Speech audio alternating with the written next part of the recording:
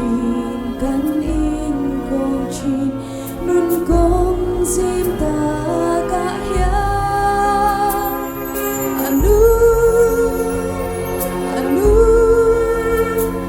tandam na peturi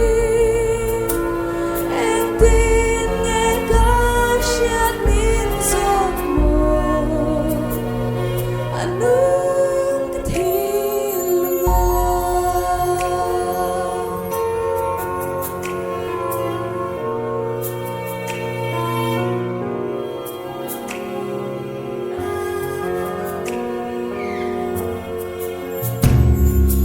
Mangai en kol nahi kamu kahoi vel ya kathin lung lo chao ma se ka bei dong ngai lo va min shwai zel ti ka sha ti bui lo on ma po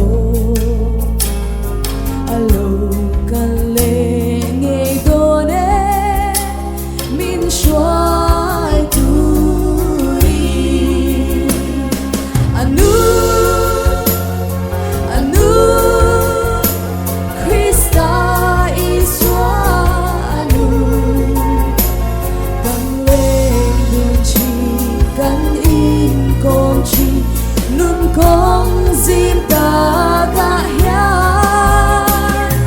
anu tandam na peturi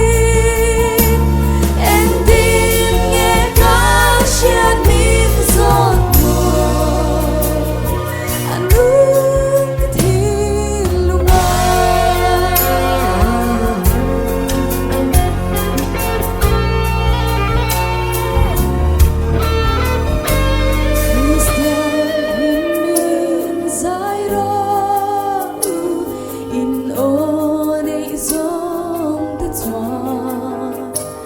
kan lalpa iswa fakin haleluya ti azong tu te beiseina amutu chan pu